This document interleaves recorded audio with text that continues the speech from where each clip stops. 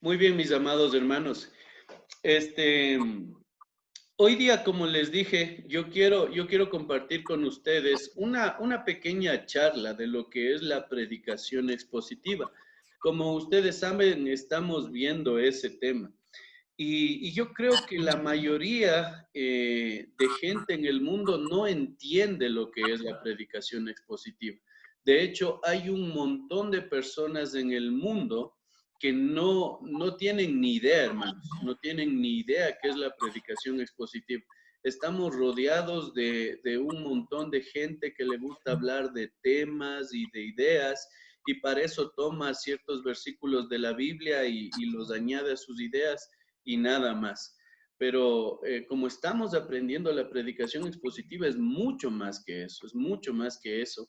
Y para este entonces, yo quiero preguntarles a ustedes, mis amados hermanos, ¿cuál es la idea? Vamos a tener una pequeña lluvia de ideas. ¿Y cuál es la idea de predicación expositiva que ustedes tienen? Entonces, Marius, por favor, empezamos contigo. ¿Cuál es la idea de predicación expositiva que hasta este momento tú has formado en tu mente el concepto que tú tienes?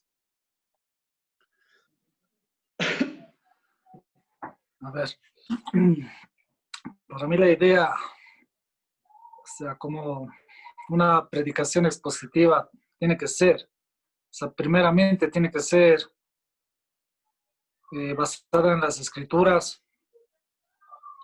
O sea, no hay que añadir ni sacar, o sea, lo que dice la escritura hay que predicar.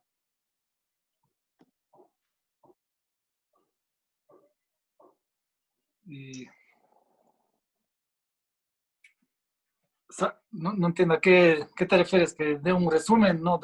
Sí, De lo yo que hemos quiero que aprendido me hasta ahora. digas para ti qué es la predicación expositiva. Ya me dijiste que tiene que ser basada en la Biblia y tenemos que lo que está en la Biblia predicar. ¿Hay algo más que quieres añadir?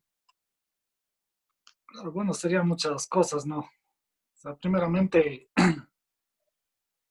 es con una predicación. O sea, el sermón tiene que ser, por ejemplo, si se escoge un pasaje, un versículo de la Biblia, hay que dividirlo para mí en tres partes, ¿no? O sea, o sea, que tenga tres bases.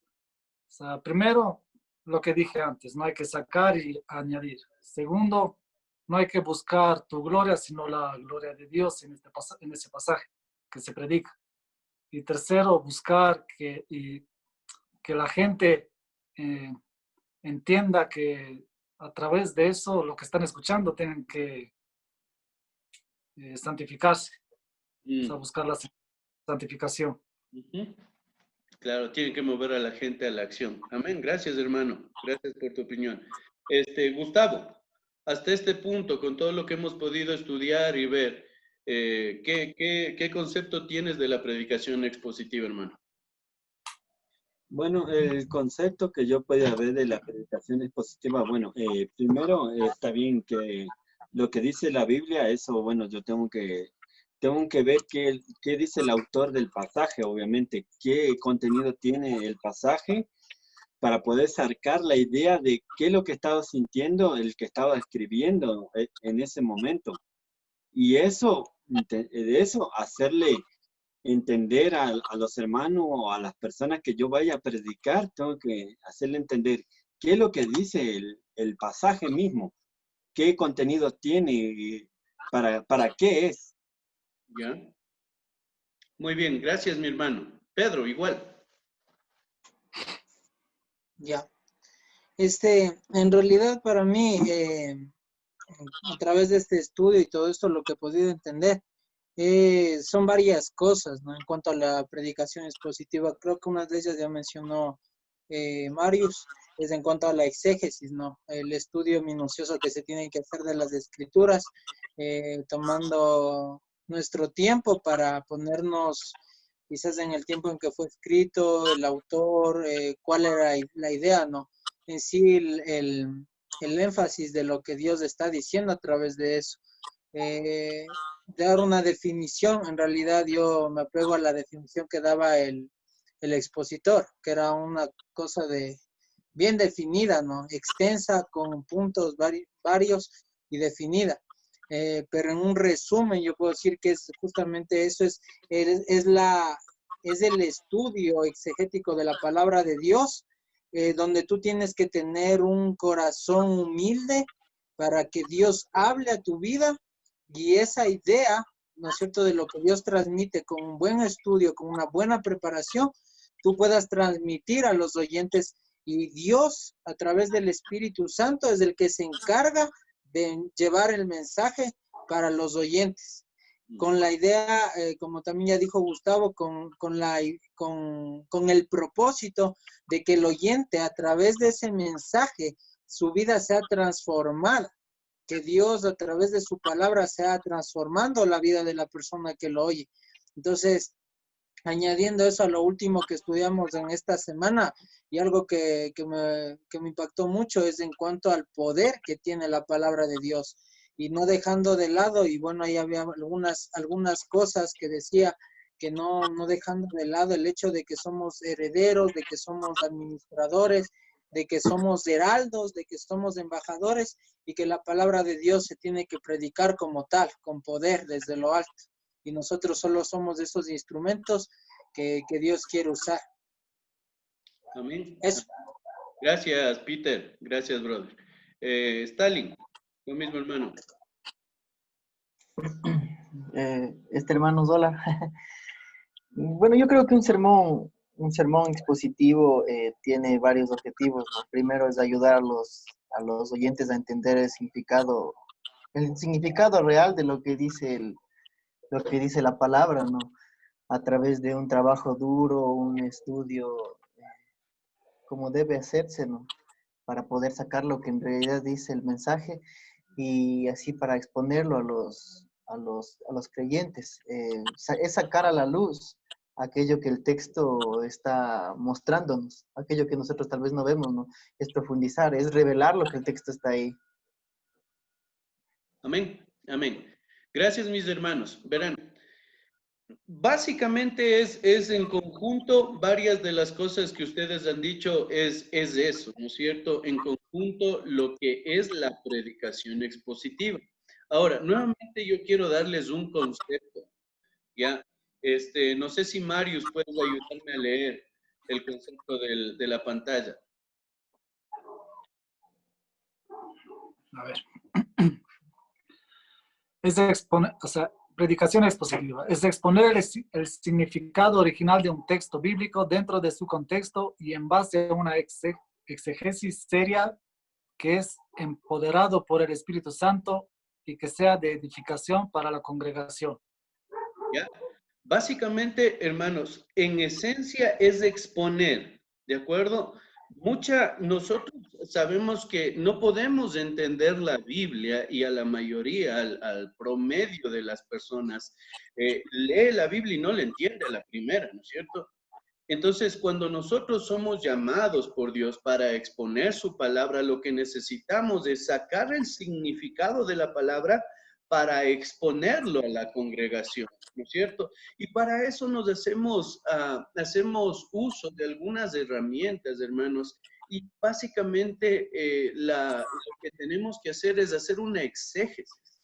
Eso es lo que yo quiero ayudarles a entender ahora, el cómo hacer una exégesis. Yo sé que ahorita la idea principal de tomar el texto y sacar la idea principal y presentarla a la iglesia ha sido clarificada delante de ustedes. Yo sé que por lo que me han dicho, ustedes pueden entender eso. Sin embargo, hay muchas veces en que no sabemos cómo hacer eso. ¿Qué pasos debo seguir? Pues para que yo pueda tomar el texto bíblico y sacarle el significado, ¿no es cierto? Y poder exponerlo. Esos pasos, hay un proceso de estudio que nosotros debemos seguir en base a algunos pasos para poder sacar ese significado y poder entender la idea que tenía el escritor. Si vamos a estudiar una carta del apóstol Pablo, que estamos estudiando ahorita Efesios, necesitamos sacar lo que Pablo tenía en mente cuando escribió la carta a los Efesios. No solamente quiso decir, bueno, ellos necesitan aprender tres capítulos de doctrina y 3 capítulos de aplicación. No era esa la idea que Pablo tenía, sino que Pablo en realidad tenía una idea, un propósito al momento de escribirles a los efesios. Y esa idea es la que nosotros tenemos que tratar de sacar para exponerla a la congregación. Y recuerda, hermano, solo la palabra de Dios, nosotros creemos eso, solo la palabra de Dios tiene el poder para transformar las vidas de la gente, ¿no es cierto? Solamente la palabra de Dios. Entonces es por eso, mis amados hermanos, que ustedes y yo necesitamos sacar el significado de la palabra de Dios y transmitirlo a la gente. Pero como les digo, eso me pasó a mí. Eso yo estoy seguro que ahorita le está pasando a usted. Usted y yo no sabíamos o no sabemos cómo o qué pasos específicamente seguir para lograr hacer ese exégesis. Entonces yo quiero darle ahora esos pasos, ¿de acuerdo? Los pasos para preparar un sermón expositivo, básicamente me voy a resumir en 3 en esta tarde. No sé si avanzan a ver ahí en la diapositiva, pero el primer paso es del contexto. Pilas con eso. El primer paso es del contexto. El segundo paso al que vamos a llegar o que vamos a hacer es la idea principal. Vamos a tomar en cuenta la idea principal del libro. Como le digo, el apóstol Pablo, por ejemplo, por tomar un ejemplo, él no escribió la carta a los Efesios o la carta a los Colosenses solamente porque dijo, ellos necesitan ayuda y voy a escribir algo a ver qué me sale. No, él escribió la carta a los Colosenses con una idea principal en su mente. Y esa idea principal está ahí, escrita, plasmada a lo largo de toda la carta, y así sucede con todos los libros de la Biblia. Esa idea, ese significado es el que va a cambiar la vida de la gente, ¿de acuerdo? Y por eso es importante que nosotros le pongamos atención a eso. Y la otra cosa, la tercera cosa, es la estructura y el énfasis del libro. Siempre, hermanos, siempre. Y es por eso que en un sermón siempre debemos tener una estructura. Cada libro de la Biblia tiene una estructura. De hecho, la Biblia misma tiene una estructura. ¿Sí sabía eso? Hay divisiones en la Biblia, ¿no es cierto? Los 5 primeros libros de la Biblia son el Pentateuco. Luego vienen los libros históricos, los poéticos y los proféticos, solo del Antiguo Testamento. Esa es la estructura del Antiguo Testamento. En el Nuevo Testamento tenemos los libros históricos, las cartas paulinas, las cartas generales y el libro de Apocalipsis o el libro profético. Tiene una estructura toda la Biblia y cada libro también tiene una estructura. Si otra vez tomamos como ejemplo el libro de los Efesios, ustedes saben que tiene 2 partes del libro de los Efesios. Capítulos del 1 al 3 habla del Evangelio y capítulos del 4 al 6 hablan de cómo poner en práctica ese Evangelio a la vida. Entonces, siempre hay una estructura y esa estructura normalmente está utilizada, hay un orden, ¿no es cierto? Esa estructura es para dar a conocer cuál es el énfasis del autor. ¿Ya? Entonces, vamos a ver estos 3 pasos que usted debe tomar en cuenta, ¿sí? Y ojo, hermano, desde ya le digo, una vez que estudiemos estos 3 pasos, yo quiero que usted haga un sermón escrito, ¿sí? Va a hacer, y una vez ya les digo la tarea, usted va a hacer un sermón escrito, va a tomar un pasaje de la Biblia y va a estudiar su contexto, va a escribir la idea del contexto, ¿no es cierto? Va a estudiar la idea principal, va a estudiar la estructura y el énfasis, ¿no es cierto?, del pasaje que esté estudiando. ¿Ya? Va a seguir estos pasos para hacer un sermón expositivo, lo va a escribir, ¿de acuerdo, mi amado hermano? Entonces, póngale mucha atención porque después de esto viene la práctica. Ya me adelanté un poco a la tarea, pero ahí vamos. Entonces, vamos al primer paso. Creo que ya llegó el suco aquí, dice, no. Decía Liliana Salazar, pero ahora dice Edgar, no sé por qué. Vamos a continuar. Ya, cuando hablamos del contexto, pilas con esto, hermanos, estamos hablando de 2 cosas, ¿sí? Cuando hablamos del contexto, estamos hablando de 2 cosas. Está el contexto histórico y está el contexto gramatical. ¿Cuáles son cada uno de estos? Ojo, El contexto histórico, amado hermano, el contexto histórico es en qué parte de la historia se está desarrollando este libro. ¿En qué parte de la historia los autores humanos están escribiendo este libro? ¿No es cierto? Por ejemplo, ¿cuál es el contexto? ¿Qué estaba pasando en el mundo mientras Pablo escribía la carta a los filipenses? ¿No es cierto? ¿Cuál es el contexto histórico? Algo que es muy importante a tomar en cuenta en esa carta es que el apóstol Pablo escribió esa carta desde prisión. ¿De acuerdo a eso? Sí, él estaba preso cuando escribió esa carta. Ese es el contexto histórico. Entonces, cuando usted ve a un hombre que está escribiendo desde la cárcel, ¿no es cierto? Lo que usted está leyendo tiene mayor significado. Porque no dice las cosas por decirlas, las dice en un contexto adecuado. ¿Sí, sí me entienden, mis amados hermanos? Entonces necesitamos saber en qué parte de la historia se está escribiendo el libro o el pasaje que yo estoy estudiando. ¿Qué está pasando alrededor? ¿Cómo era la cultura? ¿Cómo la gente pensaba en ese entonces? ¿Cuáles eran las costumbres, las tradiciones de ese entonces? Entonces es que usted va a poder entender, leer lo que está estudiando o estudiar lo que está el pasaje en cuestión, y eso va a tener mucho más significado si usted lo pone en el contexto histórico adecuado. ¿Ya? Y lo segundo, es el contexto gramatical, amado hermano. ¿Ya? ¿Qué es eso? Eso es más sencillo. Quizás el contexto histórico le va a tomar un poquito más de tiempo en consultar, leer.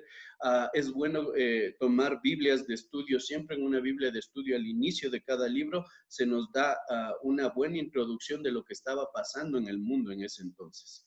¿De acuerdo? Pero cuando hablamos del contexto gramatical es mucho más sencillo.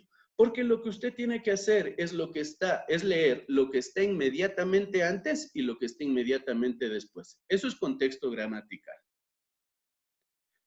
Vamos a ir a nuestra Biblia para hacer un ejemplo.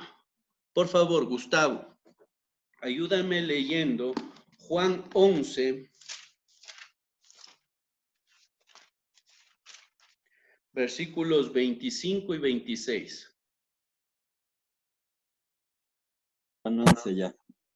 Por favor, mi hermano.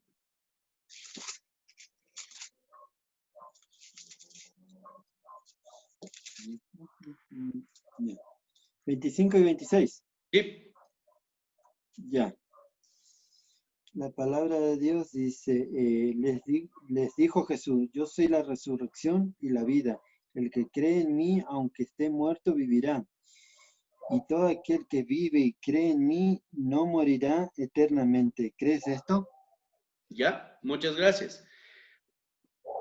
Si ustedes han oído alguna vez, yo creo que quizás la mayoría ha oído una predicación de estos dos versículos.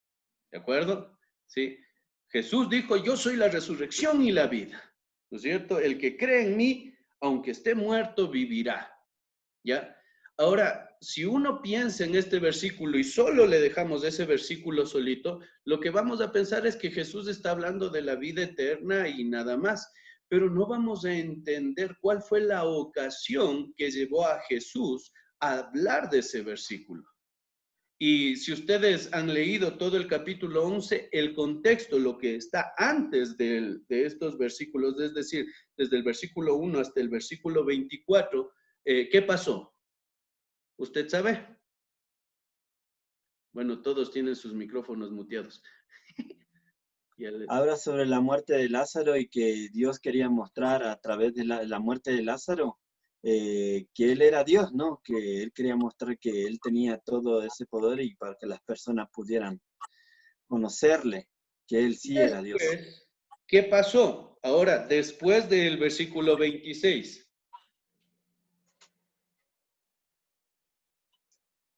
¿Qué hizo Jesús? Versículo le dijo, 43. Y habiendo dicho esto, clamó a gran voz, Lázaro, ven fuera. Ya. Sí. Este capítulo en sí habla de que Jesús es la resurrección y la vida, pero en el contexto de la muerte de Lázaro y de la resurrección de Lázaro. Estas palabras cobran sentido cuando la ponemos en su contexto gramatical correcto. Si usted solo aísla un versículo, ese es el problema con muchos estudiosos de la Biblia. Si usted aísla un versículo y agarra un versículo y quiere darle su propio significado y nada más, usted está haciendo una pésima exégesis. Pero si usted toma un versículo y quiere predicar ese versículo, estudie el contexto, lo que está pasando antes, lo que está pasando después de ese pasaje. Lea eso. Y cuando usted lea el contexto, el versículo que esté estudiando va a cobrar mayor significado. ¿De acuerdo? Es importantísimo el contexto, hermanos. Si usted no predica dentro del contexto, tanto histórico como gramatical, está predicando cualquier cosa. Y lo que normalmente pasa, hermanos, ojo con esto. Quizás a la mayoría de ustedes no les ha pasado, pero yo, a los que estamos predicando todas las semanas, tenemos una presión durísima. Y esa presión, ¿sabes cuál es? Es que ya llega el domingo y tienes algo que decir. Yo creo que ya han predicado, bueno, la mayoría aquí y han sentido eso, chuta, ya viene el domingo, tengo algo que decir. Tengo que predicar, vivo, muerto. Tengo que decir algo, ¿no es cierto? ¿Y qué es lo que sucede? Lo que pasa es que empezamos a idear, bueno, leemos pasajes y le ponemos significado y vamos a poner unas ideas ahí para poder transmitir a la congregación. Pero mis amados hermanos, esto lleva tiempo, esto lleva tiempo. Y cuando tú predicas dentro del contexto te vas a dar cuenta que lo que te viene primero a la mente no es lo que está diciendo la Biblia. ¿Sí? No es lo que está diciendo la Biblia. No debes predicar solamente porque ya llega el tiempo de hacerlo, sino debes predicar responsablemente y transmitir el mensaje, exponer el mensaje original de la palabra en su contexto adecuado. ¿Ya? Nos quedan 9 minutos antes de que se acabe esta sesión y quisiera ver si tienen alguna pregunta. Bienvenido, Suquito. Yo, pastor. Pedro. Ya, verás, entiendo lo que nos estás explicando ahora y creo que lo que tú dices es verdad, ¿no? Hermanos, Nosotros, no me interrumpas, Zuko. loco, estoy Va saludando, hora. loco. Déjame saludar. Good Ahí se morning, van los 9 digo. minutos. ¿Qué más, miji? Que Dios te bendiga. Entonces te decía que sí, creo que una de las cosas que resulta en realidad como una carga es el hecho de que te enfocas en que necesitas transmitir un mensaje, ¿no? Transmitir la palabra de Dios y que los hermanos puedan ser transformados. Y una de las cosas que pensaba ahorita, y es mi pregunta, ¿no? Por ejemplo, en la prédica que yo hice hace 15 días, yo estudié todo esto, lo hice, ¿no? Pero, sin embargo, venían muchas ideas, digamos, a la mente, ¿no? De lo que se trata. Entonces, en cuanto al momento de aplicar, para que sea una prédica expositiva bien realizada, debemos de enfocarnos en el contexto y predicar bajo ese contexto acerca de lo que vamos a decir. No sé si me hago entender. Por ejemplo, yo hablé de Deuteronomio 6 y tomé el versículo donde dice que debemos transmitir la palabra de Dios a nuestros hijos. Entonces, y antes de eso, era Moisés cuando había subido al monte y bajó con la ley y les estaba exhortando al pueblo para que ellos guardaran, dejaran la idolatría y que eso que ellos han aprendido transmitan a los hijos. Entonces podemos decir que está bien la aplicación ahí de lo que se trata o puede estar erróneo.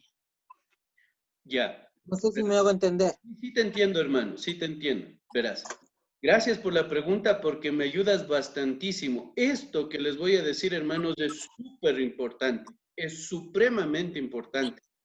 ¿Qué es lo que pasa? Y ya les he visto predicar a todos ustedes ya, ¿sí? En algunas ocasiones, al menos en un par de ocasiones a todos ya les he visto predicar. ¿Y qué es el error común que ustedes y yo hemos cometido? Hay un orden para preparar un sermón y el orden es primero hacer la exégesis, lo que estamos viendo ahorita, estudiar y sacar el significado verdadero de lo que dice el pasaje. La idea que el escritor romano tenía en mente cuando escribió el pasaje. En su contexto histórico y gramatical, la idea principal, la estructura y el énfasis, ¿cierto? Todo eso. Debemos sacar primero el estudiar esto. Pero ¿cuál es el error? Lo que pasa es que la mayoría de predicadores, en ese afán de decirle algo a la gente, se salta el paso de estudiar y antes de estudiar o de hacer la exégesis busca aplicarlo. Yo les he oído a todos ustedes, mis amados hermanos, y leen un versículo, ¿no es cierto? Leen un versículo y lo siguiente que sale de sus bocas es, ahora, esto aplicado a nuestras vidas o esto nos debe cambiar la vida. Y no funciona así. Lo primero que debemos hacer es estudiar la Biblia, leemos el versículo, ¿no es cierto? Exponemos lo que significa y en base al significado, a la interpretación, a la exégesis, es que nosotros hacemos una correcta aplicación. ¿Sí me entienden? Sí, en ese caso lo que yo te entiendo es que, por ejemplo, digamos que el versículo que tomé como apoyo del Salmo 127 ya, para dar el sermón, para aplicarlo o para que sea aplicable o entendible para los hermanos de una manera más mejor, digamos así, es el hecho de explicarles en qué, el contexto en lo que fue escrito eso, o sea, ese pasaje, explicarles, mire, Moisés estaba hablando al pueblo de Israel porque ellos estaban son como un breve resumen y por eso llega a este punto y dice esto. Entonces, damos el pasaje, entonces es más entendible que ellos digan, ahora entiendo por qué podemos nosotros también aplicarlo. Y es que eso esa es la idea, ¿no? Autoridad, exacto. Sí, Ya. es correcto, hermano, es totalmente correcto.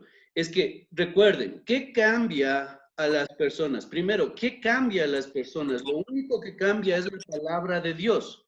Si tú te sientas a aplicar la palabra de Dios sin estudiarla, sin hacer un exégesis, estás cometiendo un gravísimo error. Y básicamente lo que estás haciendo es diciéndole tus ideas a la gente de cómo aplicar la Biblia y eso no va a cambiar a las personas. Si tú estudias y le dices, esto dice la palabra de Dios, eso cambia a la gente y en base a ese exégesis tú aplicas la Biblia, les ayudas a poner en práctica lo que significa la Biblia, entonces vas a ver una transformación provocada por el Espíritu de Dios usando su palabra. Amén. Sí me estoy haciendo entender, hermanos. Esto es muy importante, muy importante. Ustedes vieron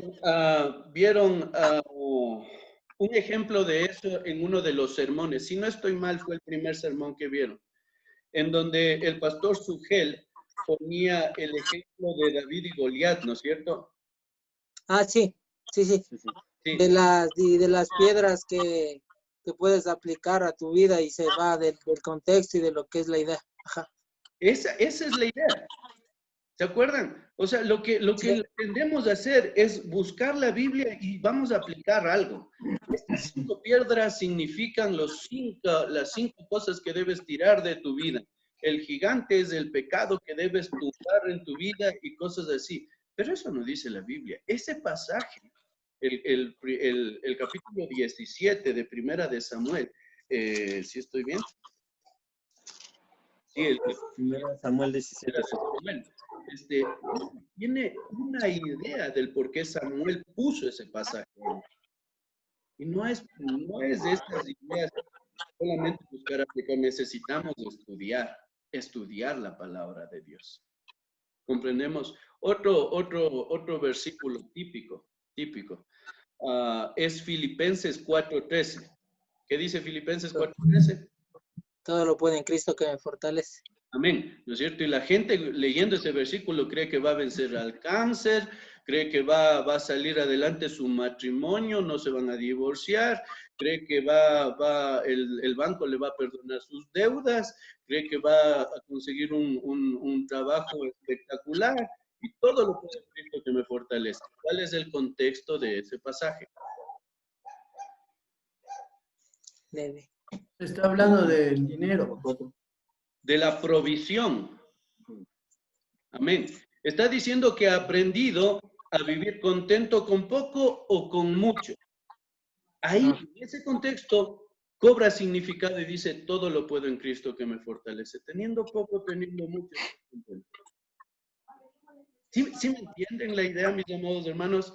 Contexto es muy importante. Básicamente entonces lo que ahí enseñaríamos, en lugar de que, como tú dices, podemos cogerlo incluso como una muletilla de decir, puedo vencer todo, es más la idea de que debemos estar gozosos o contentos con lo que Dios nos da.